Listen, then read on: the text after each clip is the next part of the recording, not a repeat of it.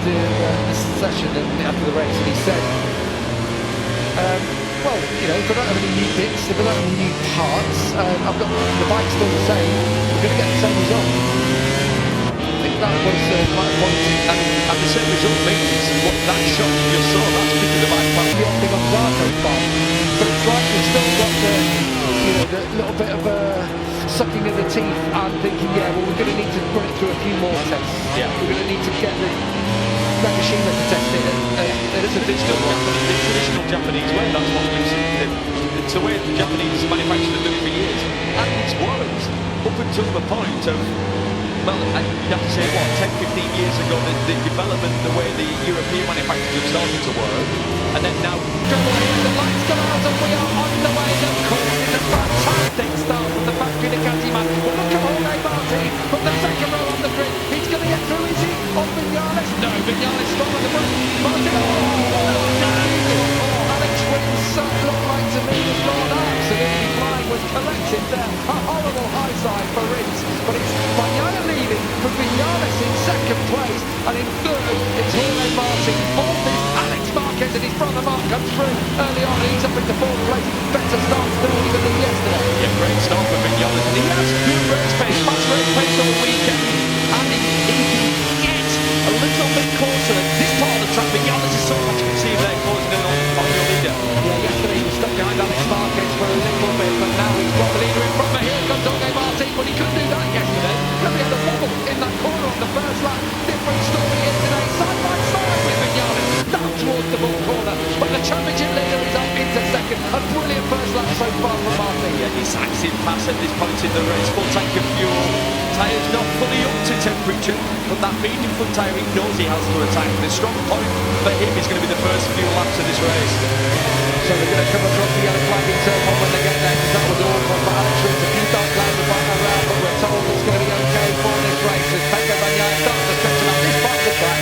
No one can touch him at the moment, and in fact it's going to get worse perhaps for Martin, is it? No, I thought Vinales might have a think about going through on Jorge, but not on this occasion. So Bagnaia leads them across the line. He has pulled out on this first lap a half second lead over Jorge Martin, with Vinales third, Marc Marquez fourth, Alex Marquez fifth, and Frankie Morbidelli's made a much better start today. He's there in sixth, with Pedro Acosta also making waves. He started ninth, he's up to seventh. Some first lap on Bagnaia though. Yes, he got the start, clear track ahead of him, but to pull half a second on this field in one lap, it just shows you how confident that man is right now. Decisive from Marc Marquez there in the shrubber, and he's through on Maverick Vinales. What has he learned? Yesterday he didn't have much race to learn from. He only made it to one lap and two corners before he hit the curve and went down. Said he made a silly mistake in his own making, and looking to make amends today. Yeah, it was a silly mistake, unfortunately, but he was in the pack. The problem is, we call it when you're unsighted, you're so close to the right in front, you can't quite see the end of the curve. And he cut the corner of the curve a little bit too tight. The foot goes off the ground and down he went. Pedro Acosta really aggressive there. How on earth has he got that stopped? How on earth has Pedro Acosta got that to come down to the apex and hang on in front of Alex Marquez? He threw it in from miles back, but Acosta has done it. A much better ride from him today, and he's up to sixth. Yeah, I'm going to say for the first time he looked like a rookie. He has looked like a rookie at points of the weekend, but now he doesn't. He looks like a veteran carving his way through the field on that KTM. My apologies. It's fifth, of course, on the technical machine. So as Vinales just takes a little bit of time to get into this race, it's Bagnaia leading, but Martin, who's in second place, Marquez in third, and Vinales across the line in fourth, and Bagnaia with a 132.6. Compare that to Martin, 32.9. Marc Marquez is 33.2. Vinales is 33.5. He's put nearly a second into Vinales on lap 2. Yeah, and it looks easy. I know we're not seeing a lot of him, but throughout the weekend he's not put a wheel wrong. Not changed the setting of his bike. He said that yesterday. Just happy with the way it feels. What are you changing for tomorrow's race? Absolutely nothing. Oh, Luca Marini. Mechanical yesterday, and now he's in the kitty litter. Thankfully he didn't go down, but an awful weekend for Marini and Red Honda again. Little wobble there for Maverick Vinales going through the risk of such a horrible part to track because you're approaching so fast, so it's 180 miles an hour, but You don't do a lot. You're not really loading the front tyre. That's the issue.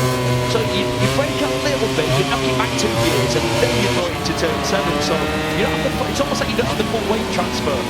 Maverick was saying yesterday from the braking, that's where he felt he was having a few issues. A bit wider there. Oh, that looks like Alex Rins talking to the medical staff. Yeah, let's have a see. This is a horrible crash. On the outside. Oh, it's an old school slap down high side. Oh, you know, electronics are supposed to sort that thing out, aren't they, MotoGP? Yeah. It can't catch them all. The reality. The reality is if you have the traction control set so it would catch every slide. You need to 2 or 3 seconds lap too slow. So Vinales in fourth. Jorge Martin has just gone quicker than Bagnaia, even quicker still. Maverick D'Antonio, who from fourth on the grid, dropped back a couple of positions from the off, but he's gone through now on Morbidelli, who's dropped suddenly back to 11th place. Not quite sure what's happened there. He's gone through on Alex Marquez, and he's now behind Pedro Costa, but another one who could well get stronger as this race goes on. Good yesterday, didn't he? Probably D'Antonio, yeah. Well, contract time for him, I'm not saying he's riding well because of contract time. He rode fantastic at the end of last year. He's rode well over this season, but his name is on certainly on a few of the shopping lists for the, let's say, the next phase of the rider transfer market. A lot of weekend. But Marco was second guess another crash. And there's Madison, that one there already. Had one at 7 early this week, but he's run off track at about 6 different corners. Just falls off the side of the bike there. It's one of those. First touch to the throttle, it looked like. Yeah, just push the front, down you went. Here we go, Jorge Martin's closing. He's closing. Bagnaia's starting to get into the groove that he's worn around this place, and Martin's having to treat this a bit like qualifying. Yeah. Having to use everything he can to try and set about Bagnaia. Yeah, he said that yesterday after the race. He said it just felt like I was doing qualifying laps. After qualifying laps, what does that mean? It means you have no margin, nothing left. That's the ultimate. This is a legend. On the left braking, Pedro Costa. That's as smooth as you like. That was. Tied in. It cost him time to go through the chicane, which is going to cost him time down into turn 1. Is Pedro going to come back? Oh. Digi was wise to the fact that Pedro was trying to outbrake him. That was excellent from Maverick D'Antonio up into 5th place. And when his teammates languishing so far back, well, he's obviously crashed out this one. But in terms of the championship as well, he is showing VR46 that they should be looking perhaps at him in the future, although the rumour is perhaps that Frankie Morbidelli will come back into the squad for next year. He said he's got options anyway from Digi. Yeah, a couple of options he said to me. Complete different directions. That's interesting already. Really early. We just talked about it in Moto2 earlier. Track limits warning at this stage of the race with 21 and a half to go. Don't fancy that one much. No, it's at the same time as in lap 4. That's when Camille Applegate got into the Moto2 race. So it's a long race around this track. It's so easy, it's so narrow. Is Assen, and it's really easy to just drop off the edge of a curve. Your wheel touches like Prix, part of the track, and you will trigger the sensors. Martin's got back out to 8 tenths actually for Bagnaia, as always. But Martin did a 32.3, Bagnaia did a 32.5. Bagnaia has responded. He works so well with his crew, with his pit board, with what he gets on his dash. He's just got a real wherewithal of what he needs to be doing at one stage of the race. Yeah, that's what we always talk about, a rider controlling the race. When you see a rider, when the gap comes down in his next lap, he sets his fastest lap, which he's just done. I mean, he has smashed that one out of the park at 32.0 is an impressive lap time. If you think that's half a second a lap faster than Jorge Martin, the man in second, it's 0.7 of a second of a lap faster than this man that we're looking at, Marc Marquez. Yeah, half a second quicker than last year's race lap record. It's only 4 tenths behind what he did in the sprint yesterday. Only rider matching that at the moment is Digi in 5th place with a 32.0. That's unreal. But Digi, let's not forget Fabio Di Giannantonio. He's on the 2023 Ducati, which we know is not quite as good as that 24 version. We are going to talk about tyres as well, though. It is a concern for them, something they just need to keep an eye on in this race. It's cloudy out there, chilly at times. We'll all be up to temperature now, though. A little bit wider there from Maverick Vinales. Was that a mistake? Yeah, I think it was for Vinales, ever so slightly.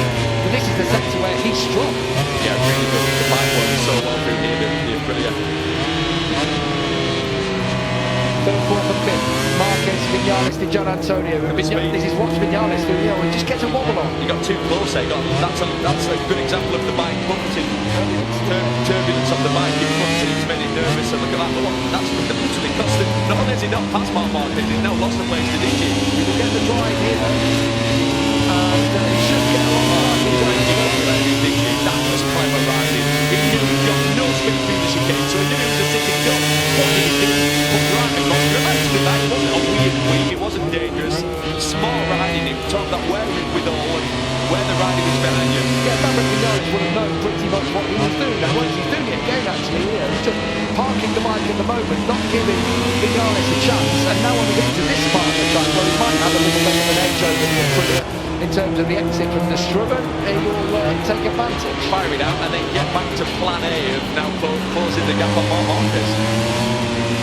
And that looks Look at that. One here scratched out of the race. okay.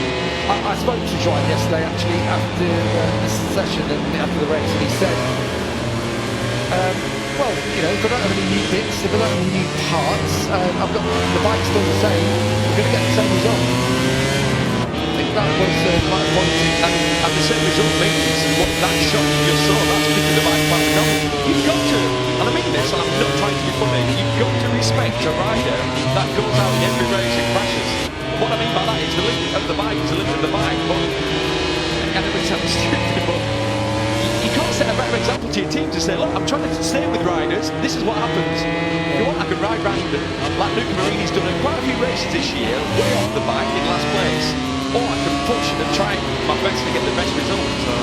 Yeah, and he actually sounds more like he might stay with Honda, which is staying technical. But it sounds to me like Yamaha, we've seen the big new engine here this weekend. It's not quite working for Fabio Quartararo down in 13th at the moment. He says they'll work in other places better because it improves the stopping performance of the bike. But you feel like they're going the European way, just trying things, bringing new parts, bringing new things. You've seen new exhaust, aero, all these things. We've seen those on the test bikes at Honda. We might have seen the odd thing on Zarco's bike, but it's like we've still got the little bit of sucking of the teeth and thinking, yeah, well, we're going to need to run it through a few more tests. Yeah. We're going to need to get the Nakashima to test it. It's a traditional Japanese way, that's what we've seen. It's a way the Japanese manufacturers have done it for years. And it's worked up until the point of, well, you'd have to say, what, 10, 15 years ago, the development, the way the European manufacturers have started to work, and then now that took a while, and now we're in the sweet spot of that, and the Japanese manufacturers are having to react. What's all that mean? Ditchy's through. Yeah, already happened. Ditchy's gone through on Marc Marquez and Maverick Vinales now, and he is up into third place. But Marc is being, well, I think he's riding wide, so Vinales, and now Acosta's on the back of him too. Interesting. Acosta does have a soft rear tyre in that bike, so does Brad Binder. It's something that the KTM seem like they might be able to run. But you've got to feel like perhaps it's got the people like Vinales, like Marquez, might have a bit more pace. Are they saying something? Or? Yeah, I would have to agree, because with the fact is, I can't remember last time at 23 you can't even pass small. So Fabio Di Giannantonio was obviously the same mind as him. There's still 18 laps to go. That Marc is, let's say, what we call his riding to a lap time, doing a certain pace, doing that, he can keep that consistently throughout the race as opposed to, say, burning the rear tyre out. But he did say top 5 was his best bet for the race today. I'm so impressed though by Fabio Di Giannantonio, showing just what he's capable of. He's in the podium positions ahead of Marc Marquez. Is it a mistake? It's going to be, I'm guessing.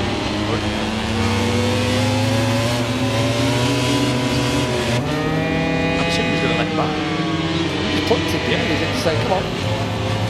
Had he done something and he transgressed and something happened? Oh, so it must have. Interesting one. Maybe yeah. We need to see a bit more, don't we? It's hard to tell from one little sequence. At the front, Bagnaia leads by 0.9 from Martin. He's just trading lap time with Martin at the moment. Vinales needs to work out a way of being a little bit, it's going to sound silly, being a little bit further back on Marquez, so that when he actually gets the run down to here, he has a little bit more, because he looks like he's getting too close around 10 and 11, and then actually the run's not happening because he keeps getting a wobble on. Yeah.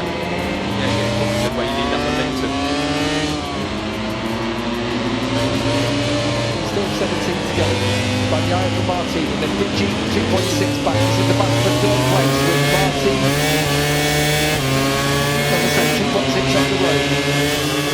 Prix third, Marquez is fourth, Vinales fifth, Acosta sixth, and then a slight gap back to Renee Bastianini, of course, who started to charge after starting down in 11th place. Bastianini won't rule out a podium from here. No, I'm going to say, your favourite for the podium is Bastianini to nick third place at this point, because even though he's way back in 7th place, a couple of seconds off the back of this group, we know what his late race pace is like. We know how good he is. Saving the tyre. Yeah, as he showed in Mugello when he made his 1-2 for the factory team. He, of course, is on his way out of factory, replaced by Marc Marquez next year. He's going to the Tech 3 KTM team alongside Maverick Vinales, who in turn is being replaced by Jorge Martin. Nomination Spargo, a reminder today, he broke his hand in that final corner crash on the final lap yesterday. And he hopes to be back in Germany, although Massimo Rivera told us on the grid that also could be unlikely as his hand has swollen up quite badly.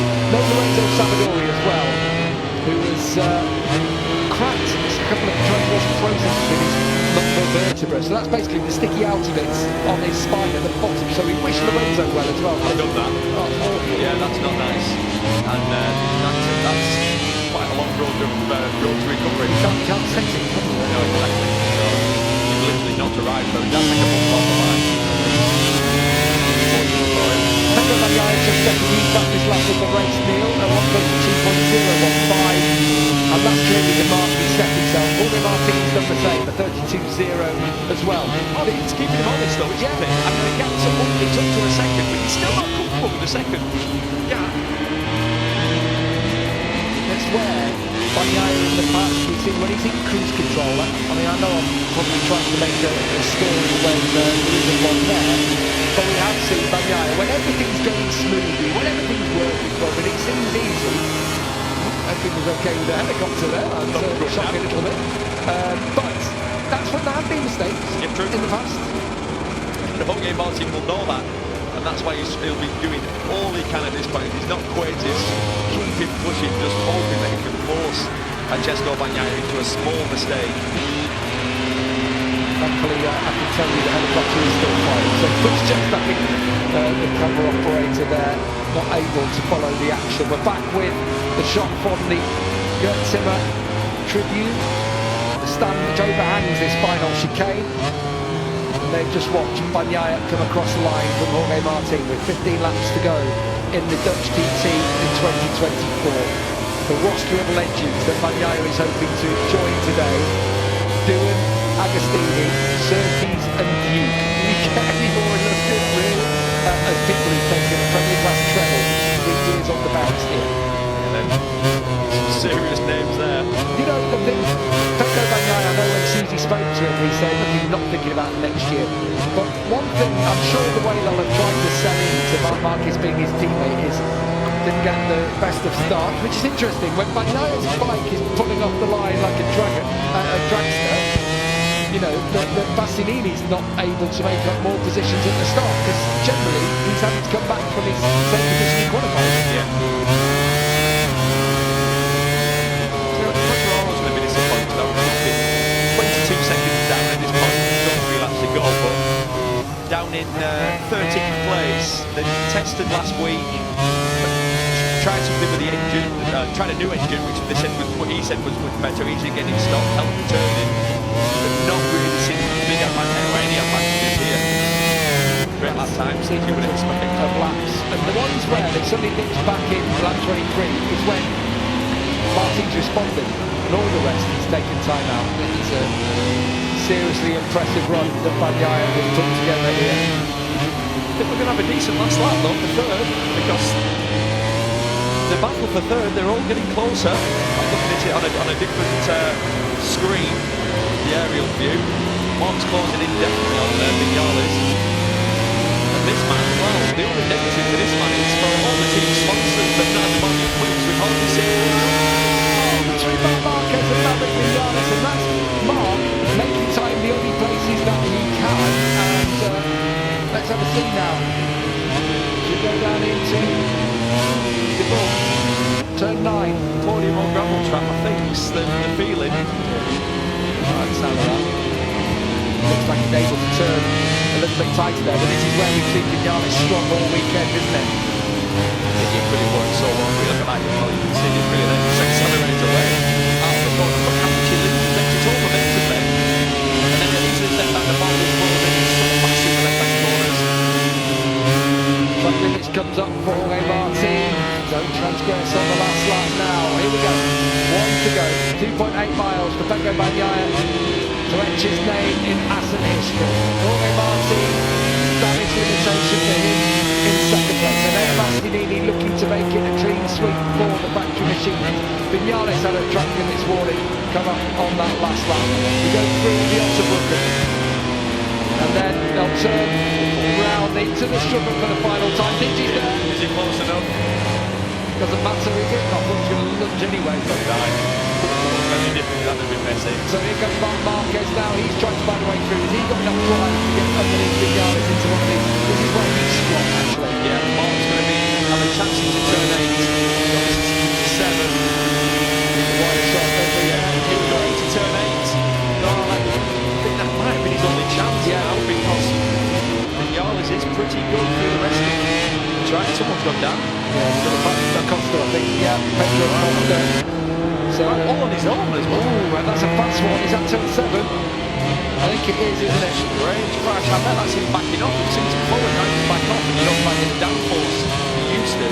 Digi's lurking behind Marc Marquez. We are going to have the grandstand finish in the month for third place. I think Bastianini might have it. Bagnaia definitely got it into the chicane for the final time. And he has his days to illustriously the champion by doing the treble here. Vinales has made a mistake. And Marc Marquez has come through on him. Vinales attacks back to Gian Antonio. Bagnaia wins. Martin is second. Bastianini is third.